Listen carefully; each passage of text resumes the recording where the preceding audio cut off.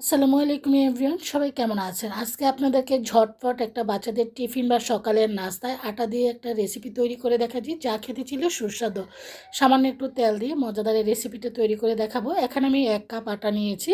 আপনারা ময়দা, চালের গুঁড়া এগুলো নিতে পারেন, বেসনও নিতে পারেন। তবে আটাটা সচরাচর সবার বাসায় থাকে, সেজন্য আটাটা দিচ্ছি। এখানে হাফ কাপ আমি গ্রেটার দিয়ে গ্রেট করে ফুলকপি নিয়েছি, হাফ কাপ গাজর নিয়েছি, এখানে নিয়েছি হাফ কাপ ধনেপাতা এবং পেঁয়াজ, কাঁচামরিচ নিয়ে এখানে দিয়ে দিচ্ছি একটা চাট মশলা, হাফ চামচ এখানে হলুদের গুঁড়া কালার আসার জন্য, 1 চামচ আদা রসুন বাটা দিয়ে এখন ভালো করে মিক্স করে নিয়েছি। এই নাস্তাটা অল্প সময় ঝটপট করতে পারেন।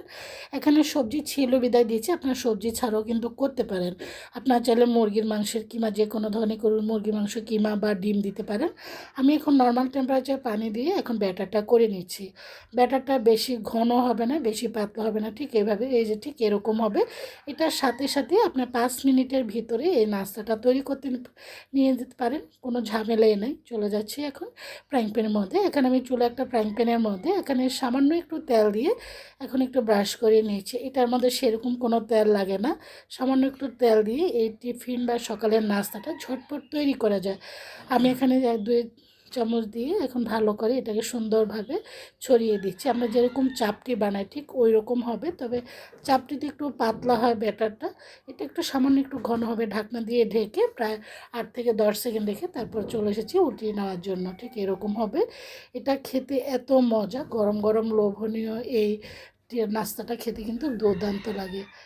তো এখন আমি আস্তে আস্তে করে এটাকে এভাবে একটু চাপ দিয়ে নিয়েছি। খুব সুন্দর একটা গোল্ডেন কালার কিন্তু অলরেডি চলে এসেছে। এভাবে করে বাচ্চাদের টিফিনে যদি আপনি একটু ফোল্ড করে উপরে একটু সস লাগিয়ে দেন, বাচ্চারা অনেক মজা করে খাবে। প্রথম একটা হয়ে যাওয়ার পর আমি আরেকটা বানিয়ে আপনাদেরকে দেখিয়ে দিচ্ছি। এভাবে করে সবগুলো নাস্তা আমি বানিয়ে নিব।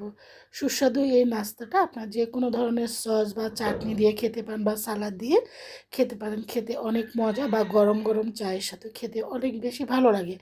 তবে খালিও অনেক মজা খেতে। তো আমার কিন্তু দ্বিতীয়টা হয়ে গিয়েছে। এভাবে করে সবগুলো আমি নাস্তা বানিয়ে নেব। তো আমি এখানে একটা সার্ভিং প্লেটে সার্ভ করে নিচ্ছি, দেখতে পাচ্ছেন। এত সুস্বাদু একটা নাস্তা, খুব ঝটপট সামান্য একটু তেল দিয়ে আপনার আটা দিয়ে তৈরি করে নিতে পারেন। তা আমি এভাবে করে রোল করে নিচ্ছি। এখন আপনারা চাইলে বাচ্চাদেরকে যখন টিফিনে দিবেন উপরে একটু সস দিয়ে দিতে পারেন। এই যে দেখুন, আলহামদুলিল্লাহ, এত মজার একটা নাস্তা, যারা একবার খাবেন তারা বারবার বানিয়ে খেতে চাইবেন। সুস্বাদু এই নাস্তাটা আমি এখানে একটু টমেটো সস দিয়ে সার্ভ করেছি এবং খেয়েও আপনাদেরকে দেখাচ্ছি। আপনার যে কোনো সস বা চাটনি বা এমনি খালিও খেতে পারেন। এত মজা হয়েছে, আমি ভাবতে পারিনি এতটা মজা লাগবে সস দিয়ে। সস দিয়ে খেতে কিন্তু দুর্দান্ত হয়েছে। আমি প্রথমে খেয়ে আবার একটু খেয়েছি, আমার কাছে খুবই ভালো লেগেছে এটা। আপনারাও ট্রাই করতে পারেন, আশা করি সবার ভালো লাগবে। বাচ্চাদের টিফিনে বা সকালের নাস্তায় ঝটপট। ভালো থাকেন, আল্লাহ হাফিজ।